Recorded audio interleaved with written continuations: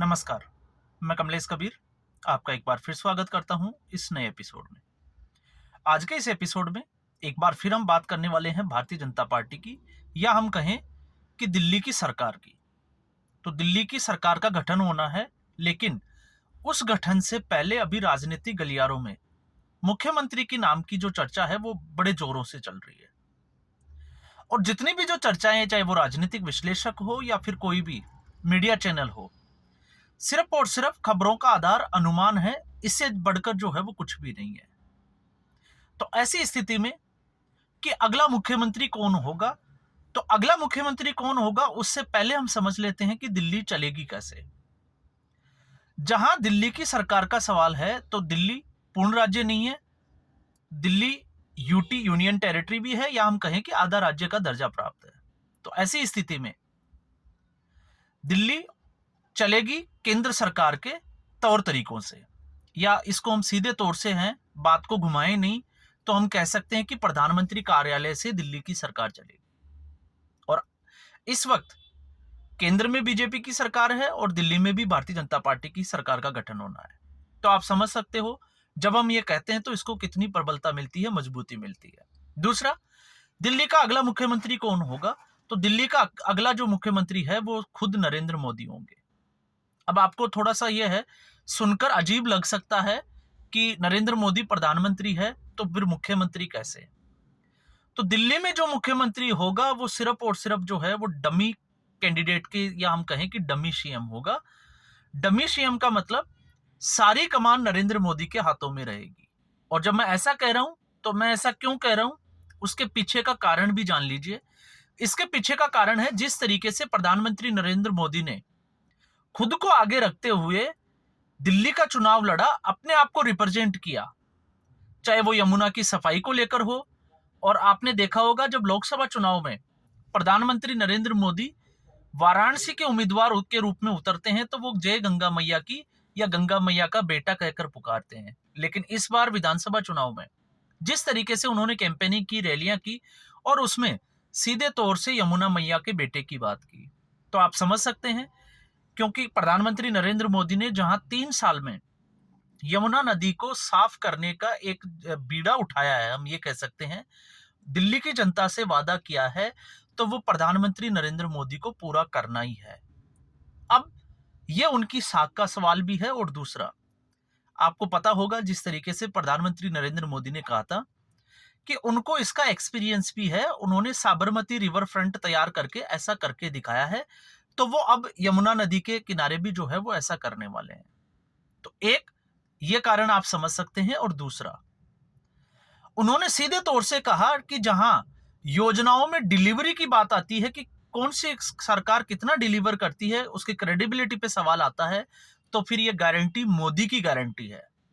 तो अब आप समझ सकते हैं कि अगर ये नरेंद्र मोदी की गारंटी है, तो फिर मोदी इसमें पीछे हटने वाले नहीं है। तय समय में काम पूरा करना है। तो आप इस तरीके से समझ सकते हैं कि इशारा साफ है कि इस बार दिल्ली की जो सरकार है उसको नरेंद्र मोदी सीधे तौर से प्रधानमंत्री कार्यालय से चलाएंगे। अब ऐसे में कि आखिर डमी सीएम कौन होगा, इसकी चर्चाएं भी जोर पे हैं। और जो चर्चाएं जोरों पर है, तो अब कयास ये लगाए जा रहे हैं कि जिसकी चर्चा चल रही होती है नरेंद्र मोदी उसको मुख्यमंत्री नहीं बनाएंगे, ये नरेंद्र मोदी की कार्यशैली का एक हिस्सा है। तो ऐसी स्थिति में उन लोगों के लिए, आपको पता होगा देवेंद्र फडणवीस नाम चल रहा था और देवेंद्र फडणवीस को ही मुख्यमंत्री बनाया गया। तो यहां पर जो मीडिया की जो अजम्पशंस थी, चाहे वो छत्तीसगढ़ को लेकर, राजस्थान को लेकर, और मध्य प्रदेश को, हरियाणा को, जो एक अनुभव जो मीडिया का था वो ये था कि हो सकता है इन राज्यों की तरह महाराष्ट्र में भी भारतीय जनता पार्टी नए चेहरे के ऊपर दांव खेल सकती है। लेकिन भारतीय जनता पार्टी ने ऐसा नहीं किया। और ऐसा क्यों नहीं किया? क्योंकि भारतीय जनता पार्टी हमेशा दूर की सोच रखते हुए अपनी रणनीति पर काम करती है।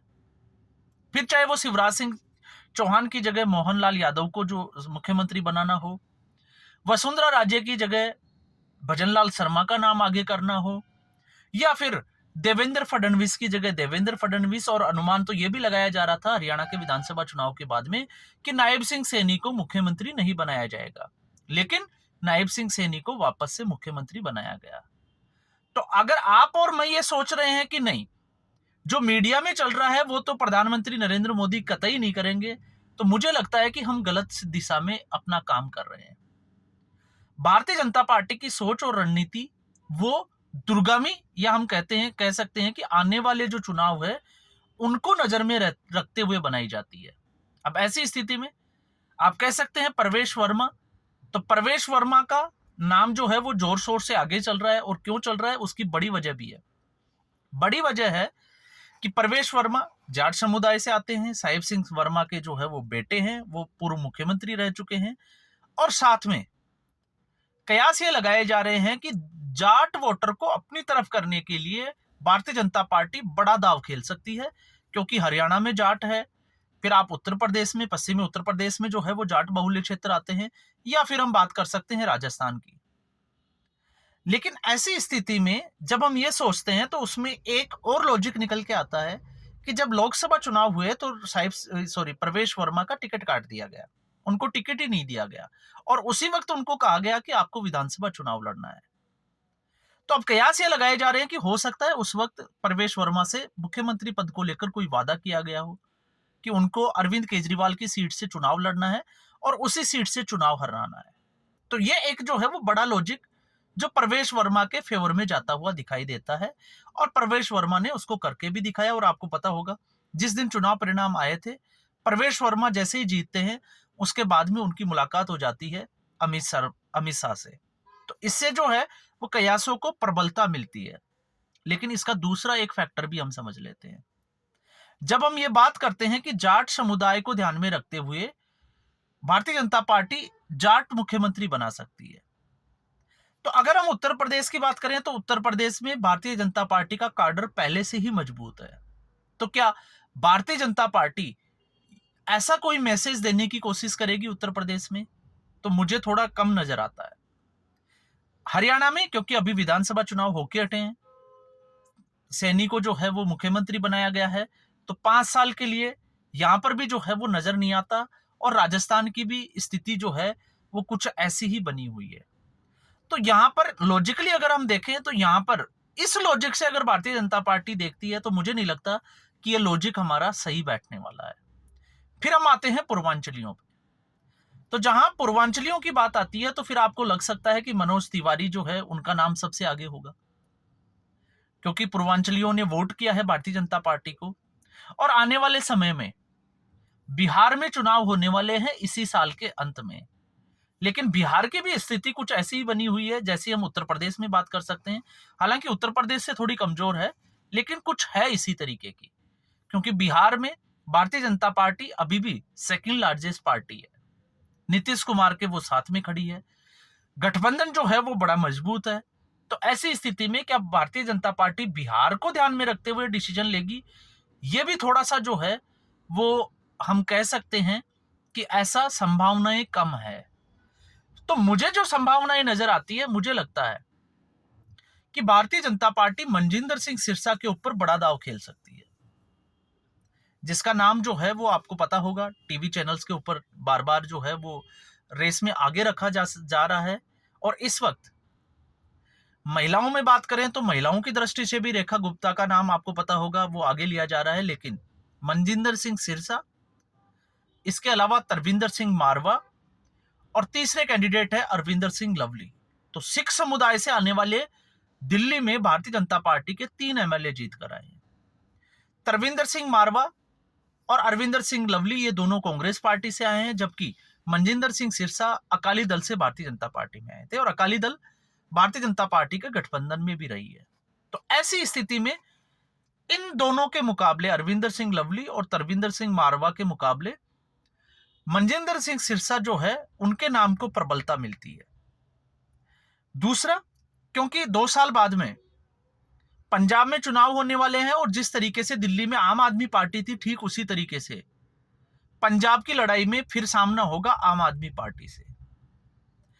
तो भारतीय जनता पार्टी ये सोच सकती है कि दिल्ली में मनजिंदर सिंह सिरसा को 2 साल या 2.5 साल के लिए मुख्यमंत्री बनाया जाए और इस फॉर्मूले पे काम हो सकता है। संभावनाएं कुछ भी हो सकती है।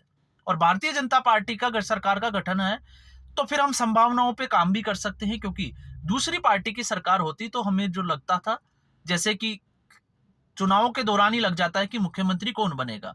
लाइक हम हरियाणा की बात कर सकते हैं। अगर हरियाणा में कांग्रेस पार्टी जीतती तो सबको पता था कि भूपेंद्र हुड्डा ही मुख्यमंत्री बनने वाले हैं, या फिर दीपेंद्र हुड्डा को दी जा सकती है कुर्सी। लेकिन भारतीय जनता पार्टी के साथ ऐसा नहीं है। तो ऐसी स्थिति में भारतीय जनता पार्टी दिल्ली के मॉडल को रिप्रेजेंट करने के लिए पंजाब में, क्योंकि केजरीवाल का दिल्ली मॉडल फेल हुआ, इसी वजह से भारतीय जनता पार्टी की सरकार बनी। तो भारतीय जनता पार्टी चाहेगी कि 2 साल में दिल्ली में कुछ अच्छा करके पंजाब के लोगों को आकर्षित किया जाए कि अब आप भारतीय जनता पार्टी का दिल्ली मॉडल देखिए। और उसमें भी मुख्यमंत्री अगर सिख चेहरा है तो उसके बाद में भारतीय जनता पार्टी एक बड़ा दांव खेल सकती है। पंजाब के विधानसभा चुनाव में मनजिंदर सिंह सिरसा को एज ए चीफ मिनिस्टर जो है वो प्रेजेंट कर सकती है और दिल्ली मॉडल को सामने रख सकती है। और दूसरा, अकाली दल से बादल परिवार को हटाकर हो सकता है अकाली दल के साथ गठबंधन की राजनीति भी कर सकती है। तो इसलिए मनजिंदर सिंह सिरसा के ऊपर जो है वो ज्यादा इस वक्त जो है वो भरोसा दिखाया जा सकता है, या हम कहें कि अनुमान लगाया जा सकता है। बाकी खबरें जो है वो सारी अनुमानों पर आधारित है, संभावनाओं पर आधारित है। सच्चाई से इसका दूर दूर तक कोई वास्ता नहीं है। प्रधानमंत्री नरेंद्र मोदी फ्रांस के दौरे पे थे और आज जो है वो अमेरिका के दौरे पे हैं। तो ऐसी स्थिति में प्रधानमंत्री नरेंद्र मोदी के दिल्ली वापस आने के बाद में ही फाइनल होगा कि दिल्ली का अगला मुख्यमंत्री कौन होगा। क्यों?